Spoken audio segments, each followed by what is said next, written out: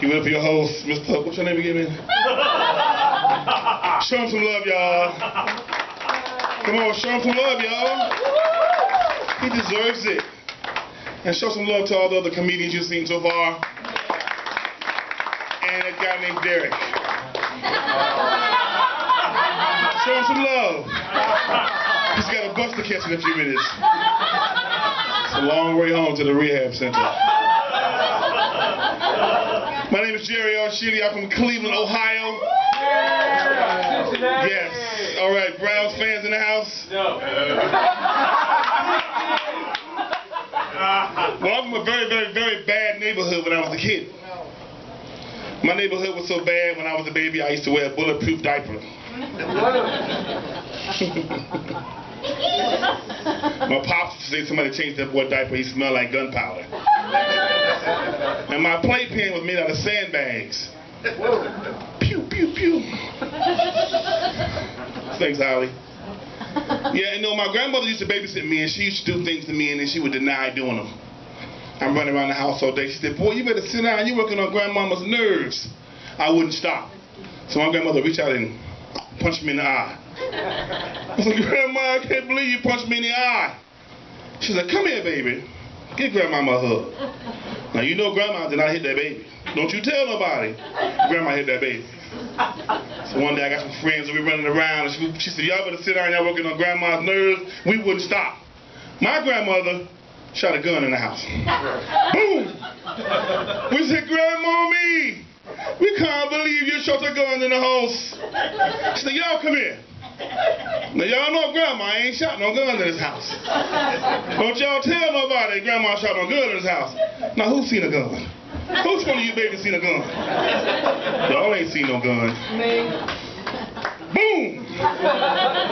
She would have shot you, baby. But yeah, we had y'all know, I'm a salesman. I've been a salesman for a long time. Because when I was in Cleveland, we had yard sales. Now, I see Hampton Roads, you guys have yard sales all the time also. Every weekend, every day, yard sales, yard sales. But in Cleveland, our yard sales were different. At our yard sale, everything was brand spanking new. I know now, you go to a yard sale and everything brand new, you are not at a yard sale, you at a crime scene. Shop fast.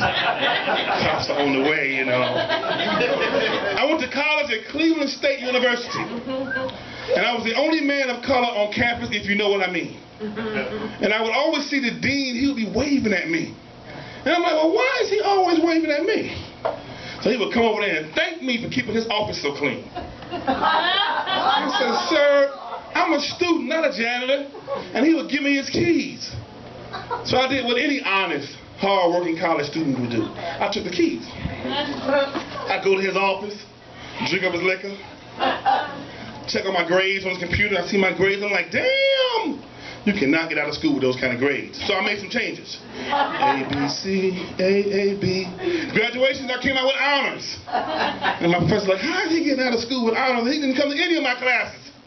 I take the podium, I'm like, I want to thank the affirmative action. Don't hate the play, I hate the game. I love my school. When I got into sales when I came out, I joined Century 21. Now, when I got in, I had 7 business cards. I was energy, 7 business cards. I sold everything. Real estate, life insurance, cars, Amway, hamsters, liquor, weed. I sold everything. I come to my clients, I had so many bags. They said, are you staying overnight? I said, I'm going to stay until you buy something. So we had all kind of presentations that night. So I'm going to share a secret with you about salespeople. They're very sneaky, and they always got something in their hand to drink. It's called liquid courage. Okay? For example, first house I bought. My agency payment will be $900 per month. I get to closing, my payment is $1,500. I said, hey man, you said my payment would be $900. He said,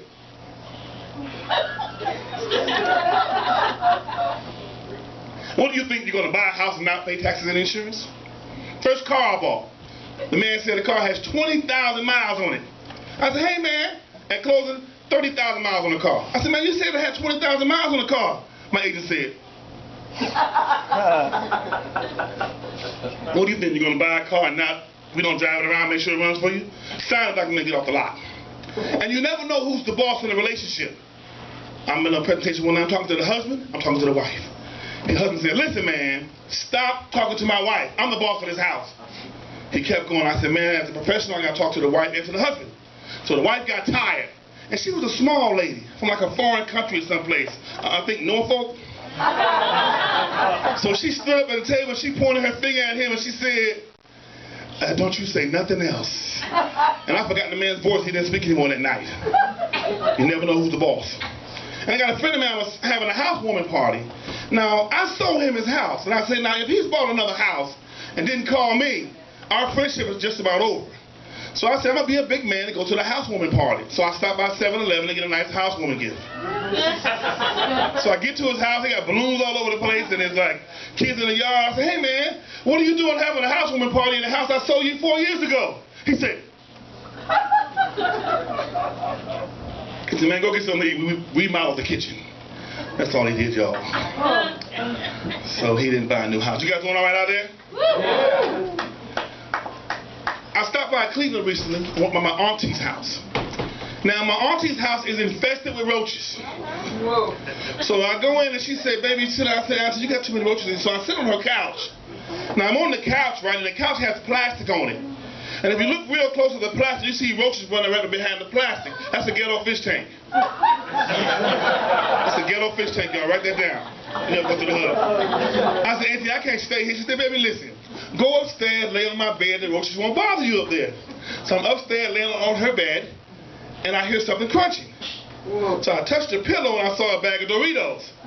So I touched the bag of Doritos, and the roaches scattered like Walmart employees. So I got to go. I'll see you guys in the morning at the Holiday Inn.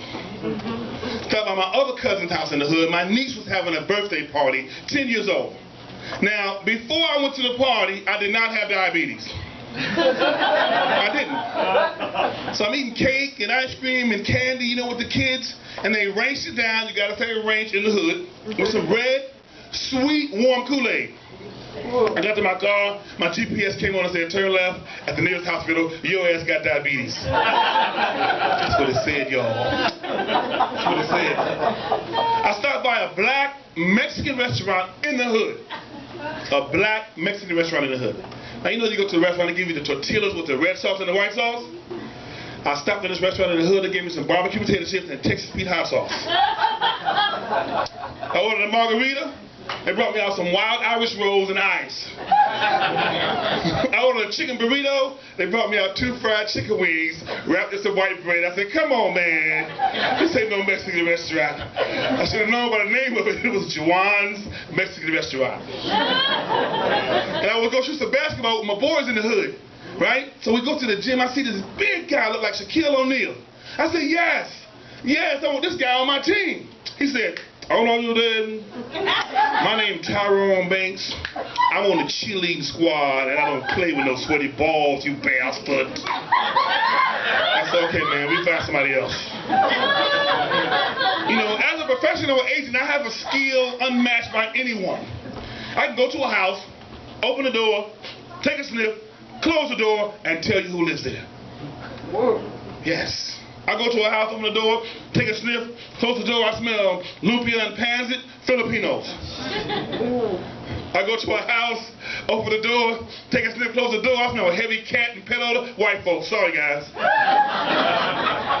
I go to a house, open the door, take a sniff, close the door, I smell fried chicken, black folks. I go to a house, open the door, take a sniff, close the door, I smell Chinese food, black folks. We eat both. We like Chinese too, y'all. What is the difference between, why do fish that black people catch have frowns on their faces? And fish that white people catch have smiles on their faces? Because white people, you guys fish for sport. You catch and you release. Black folks, it's not a game for us. We don't catch and release. We catch and it's the grease. That fish is going home to meet his friends. Texas Pete, rice, and some hot sauce. I got a friend who lives in, I got a minute left? Is that a minute? 45 seconds. 45 seconds. I gotta go fast, y'all. I got a friend of mine from Jamaica. Anybody been to Jamaica here? All right. No travelers here? Okay, but her name's Melba. So I always ask her questions about Jamaica. And why is it so wonderful? I said, Melba, why do we like Jamaica so much? You know, and why do we dance differently than Jamaicans? She said, that's an easy one there, boy. You Americans dance to the beat. You dance with your feet and your hands. We not dance that way in Jamaica. Jamaica, we dance to the rhythm. The rhythm go down to the soul, down to the bone bone. And then we wind the bone bone. Lord of mercy. I said, Melba, why do we raise our children differently than you Jamaicans do? She said, that's an easy one there, your blood clots. She said, you Americans raise your children to be dependent. We not do that in Jamaica. We raise our children to be independent. We tell our children early on, listen here, there'll be no daycare for you. You walk down to your grandmama's house down the river, and change your own diaper along the way. And I asked her, Melba, why do the white women like Jamaica so much? She said, that's an easy one day, you bone McClough.